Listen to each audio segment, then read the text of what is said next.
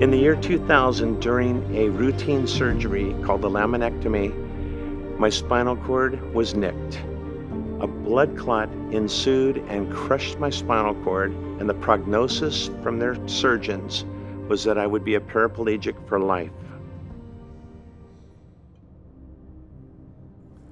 Got a call from Jimmy, and he's in the hospital, and he's in distress, and he's telling me that he's got,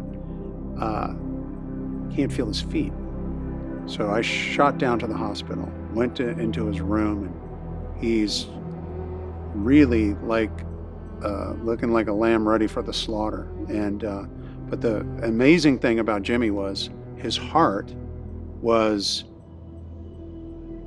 completely composed, and he said, you know, I can't feel my feet, I can't feel my toes, I can't walk. He said, I'll be the best paraplegic God ever had on the planet.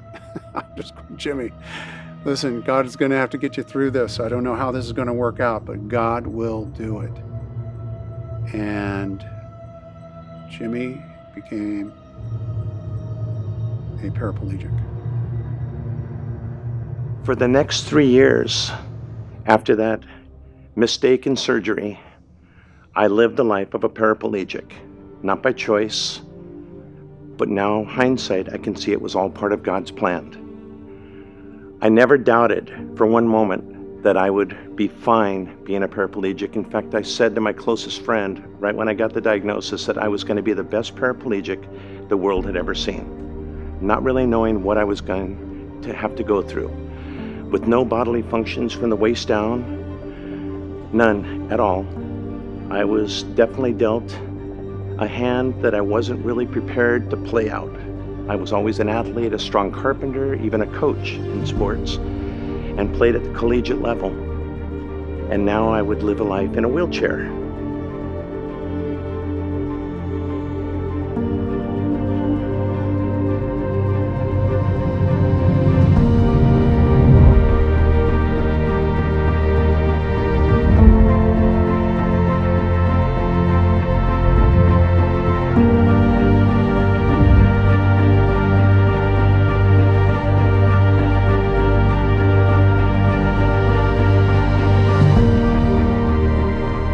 So after years of being in this kind of a situation, I have a good friend of mine. His name is Mark DuPont, and Mark has a miracle ministry. He has a prophetic ministry, but he's moved in miracles. He has a miraculous kind of a signs and wonders gift. And Mark called me one day and he said, hey, tell Jimmy that he should come out to the church out in East County at Foothills, because God's been really moving, and man, I've seen a lot of stuff happening that could touch him. I remember Mark DuPont asking if anybody wanted prayer, who someone needed a miracle. And I remember going up to him and telling him that Jim Craig was over there and he was in a wheelchair. And we went over, it's about 4 of us, went over there and laid hands on him. And even though I'm a Christian, I believe in miracles, when you're praying for someone in a wheelchair, I mean, you believe that maybe something can happen, but deep down in your soul, I mean, if you're really honest, you're just hoping that God touches them and gives the guy, would give Jim some grace and strength.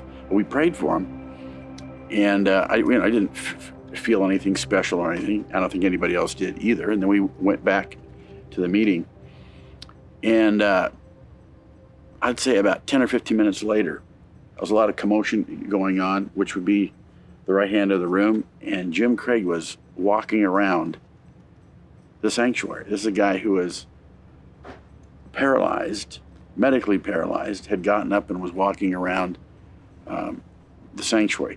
That miracle changed. It was a paradigm shift for me. I always believed in miracles, but now I believe and I know that it can really happen. It's not just something theologically that I believe, because I've always felt that if the Bible says it, even if you haven't experienced it, theologically you have to believe it because that's what the Bible says.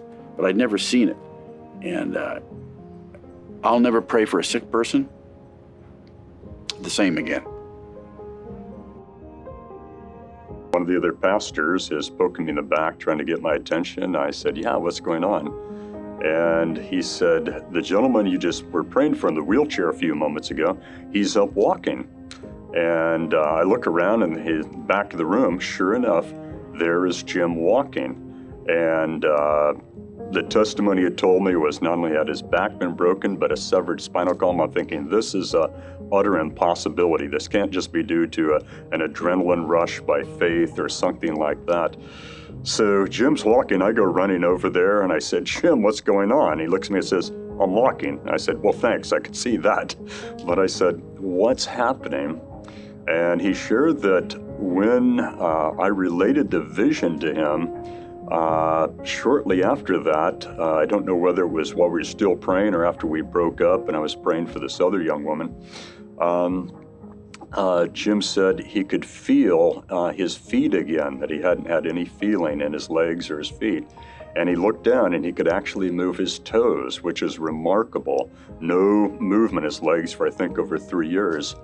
And he told his son, and Jim, because of not being able to walk for 3 years or so, his leg muscles had atrophied. And I think if I remember correctly, Jim's son used to do therapy on his legs to help the circulation because they were atrophied. And he said, put your hands on my legs. And his son put his hands and said, Dad, your muscles have come back.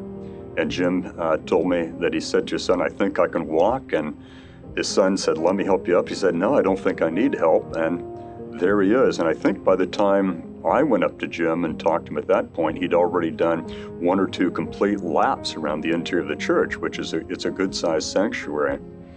And so this is pretty amazing, obviously. And I said, I knew Jim's wife was not there.